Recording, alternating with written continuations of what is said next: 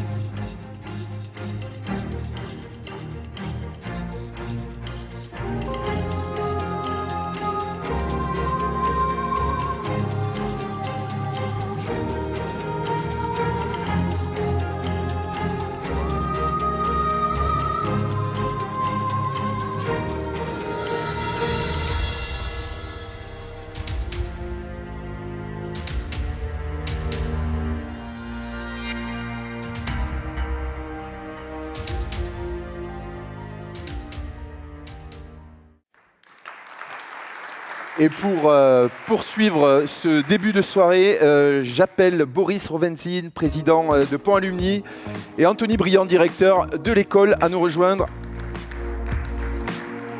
On va se mettre sur les fauteuils, vous serez bien installés. Anthony, asseyez-vous, asseyez-vous. Alors, tout d'abord, on va réagir à ce petit film. On vient de voir ce montage qui rappelle les événements de l'année en photo. Qu'est-ce que ça vous inspire ? Bonsoir. Bonsoir à toutes et à tous. Merci de votre présence. Qu'est-ce que ça m'inspire ? Qu'on a fait beaucoup de choses cette année et qu'on a fait beaucoup de choses essentiellement grâce à votre soutien. Donc je profite de cette réponse pour me mettre dans le sillage de Thierry et vous remercier très chaleureusement. C'est grâce à vous, très souvent, que l'on peut mettre en mouvement des projets que sinon nous ne saurions pas faire avec nos seuls moyens. Voilà. Boris ? Alors, moi également, je suis très heureux et très fier de voir défiler cette année et de voir cette énergie que dégage la communauté des ponts, hein, qu'on a tous ensemble animé. Voilà. Il y a un élément qui manque un peu dans ces images et dont on a un peu parlé tout à l'heure et sur lequel je voudrais m'attarder un moment. Pardon Stéphane de perturber un peu ton exposé. Pas de problème. Mais je voudrais reparler du départ quand même de Camille Laborie en l'invitant à nous rejoindre rapidement, ainsi que Juliette Roca qui va lui succéder, de façon à ce que tout le monde mette un visage sur Juliette. Et puis ça nous donne également l'occasion de tenir une promesse que j'ai faite tout à l'heure, de faire cette fameuse ovation à Camille pour tous les services qu'elle nous rend depuis 6 ans. Merci beaucoup Camille.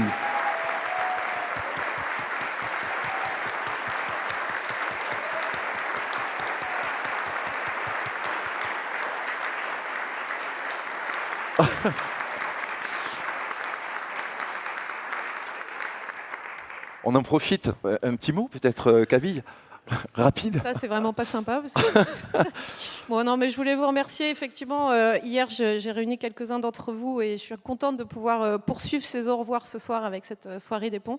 Je voulais vous remercier vraiment infiniment, tous, donateurs de la Fondation Alumni de manière générale, pour vraiment l'accompagnement que vous m'avez donné ces 6 dernières années. Ça a été vraiment... exceptionnel de pouvoir avoir des idées, de pouvoir les explorer et de pouvoir les réaliser pour vous. Et ce qui est formidable, c'est de voir votre réactivité. Donc merci, merci pour tout et merci pour ces moments passés avec vous. Donc on se verra encore tout à l'heure. Et bienvenue. Et bienvenue à vous. Merci beaucoup. Je suis donc Juliette Roca, je suis très heureuse de rejoindre la communauté des ponts. Et la barre est très haute, donc j'espère que je saurai relever le défi. Et encore merci en tout cas pour votre accueil chaleureux. Très bonne soirée. Merci. Boris, c'était pas prévu, mais un petit peu. On replonge sur l'actualité des alumni, l'actualité récente avec notamment votre réélection le 1er avril dernier. Et sinon, que s'est-il passé ces derniers mois? On en a parlé, hein, le premier élément, on en a parlé même à l'instant. Là, alors le premier élément marquant de mon mandat de l'année dernière, ça a été l'intégration de l'École nationale des ponts et chaussées, n'est-ce pas, à AIP Paris. Chose pour laquelle la communauté des ponts avait déjà œuvré depuis longtemps, puisque c'est un acte qui nécessite, pas mal d'actions politiques, de relations, etc., de convictions aussi. Il faut faire signer un décret en même temps à un certain nombre de ministres, ce qui n'est pas évident dans notre actualité politique, en particulier dans l'actualité ministérielle de l'année dernière. Voilà. En fait, le gros du travail est encore devant nous. Thierry en a parlé tout à l'heure avec l'implantation à Palaiseau. Mais aussi le rapprochement aussi pédagogique, institutionnel, etc. Voilà. Sur tous ces fronts-là, nous allons devoir tous œuvrer, et c'est finalement très excitant. Et en fin de compte, on se dit qu'en un an, on a fait très peu. Il reste encore tout reste à faire. Voilà.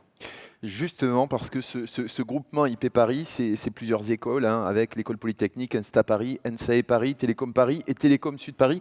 Qu'est-ce qui s'est passé depuis 10 mois, justement, Anthony ? Mais beaucoup de choses. Le premier, c'est qu'on a effectivement réussi à faire signer ce décret le 15 juillet 2024, qui était finalement la première étape, celle de la formalisation de notre intégration dans IP Paris. Ça a été une étape pas simple. Elle a nécessité beaucoup de rendez-vous, beaucoup de convictions, beaucoup de d'agilité. D'agilité, merci. Mais c'est là aussi où on voit l'importance, le soutien et la capacité de conviction d'une communauté comme la communauté des ponts. Et ensuite, depuis 10 mois, on apprend à construire ensemble avec les 5 autres écoles de l'Institut Polytechnique de Paris ce que ça veut dire que de créer un institut de sciences et de technologie de rang mondial. Alors avec plein d'opportunités et puis aussi forcément quelques risques. On est les derniers arrivés de la bande, donc ils vivent ensemble depuis 5 ans, donc on arrive, il faut apprendre les codes, comprendre les dossiers, voir où sont les zones de consensus, les zones de compromis, les zones de friction, et puis se faire une place dans cet ensemble-là. Alors, je vais vous rassurer tout de suite, ils sont ravis et très heureux de nous avoir. On sait pourquoi on a voulu y aller, et ils savent aussi ce que l'on apporte en termes d'augmentation de l'espace de recherche de IP Paris, des singularités, des spécificités de l'enseignement et de la recherche à l'École nationale des ponts et chaussées. Maintenant, on construit quelque chose qui nous dépasse tous les uns et les autres individuellement, et donc il faut faire cet effort de construire ensemble. Et je le dis avec beaucoup de force et d'humilité en même temps, parce que chacune de ces écoles, elle a une histoire longue, propre. Alors c'est pas devant Antoine Picon que je vais m'engager dans l'histoire de l'école des ponts, il le fait bien mieux que moi, mais voilà, et cette histoire, cette identité forte que l'on a à chacun, il faut ne pas l'oublier, mais arriver à faire avec et à construire une identité nouvelle et collective qui s'appelle l'Institut Polytechnique de Paris. Et donc, ça prend beaucoup de temps. Donc la réponse, c'est ça a beaucoup occupé mon emploi du temps et celui d'un certain nombre de gens à l'école des ponts. Je vois Jérôme Le Sueur, le directeur d'enseignement de la recherche, que je salue au premier rang. Il y passe au moins autant de temps que moi. Beaucoup de temps et beaucoup d'énergie. Mais cette énergie, elle est le gage, la garantie qu'on va y arriver, parce que là aussi, je le dis avec beaucoup de force, cette construction de l'IP Paris. Il s'avère que ce matin, j'ai commencé ma journée par l'audition du HCERS. Je vous passe, mais en gros, c'est un conseil qui évalue la qualité des établissements de l'enseignement supérieur et de la recherche, qui faisait l'évaluation d'IP Paris, et donc j'étais auditionné. Et ce que je leur disais, c'est qu'individuellement, chaque école a un intérêt fort et propre pour que IP Paris réussisse. Et donc c'est ça qu'on fait depuis 10 mois. Eux depuis plus de 10 mois, mais moi depuis 10 mois, c'est de mettre toute cette énergie à construire cet objet qui nous dépasse et qui va nous porter au niveau international notamment. Et 10 mois pour construire les mois et les années à venir. Qu'est-ce qui va se dessiner?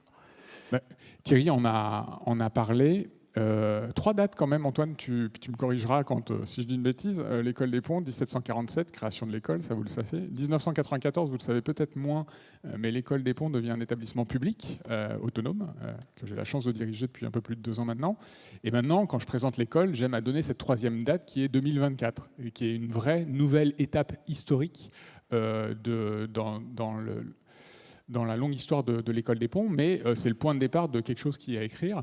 Et l'intégration à IP Paris, ça doit être aussi une manière de réfléchir un nouveau développement, une nouvelle dimension, une nouvelle dynamique pour l'école, qui prendra appui en particulier sur le projet d'implantation secondaire que l'on est en train de travailler avec la Fondation et avec Pont Alumni. Thierry l'a très bien dit, c'est un gros enjeu. Ce n'est pas uniquement un objet immobilier qui se joue à travers ce projet, c'est vraiment la réussite de l'intégration et la place marquée et la dynamique de développement dans les années, peut-être les décennies qui viennent, de l'école au sein de cet institut.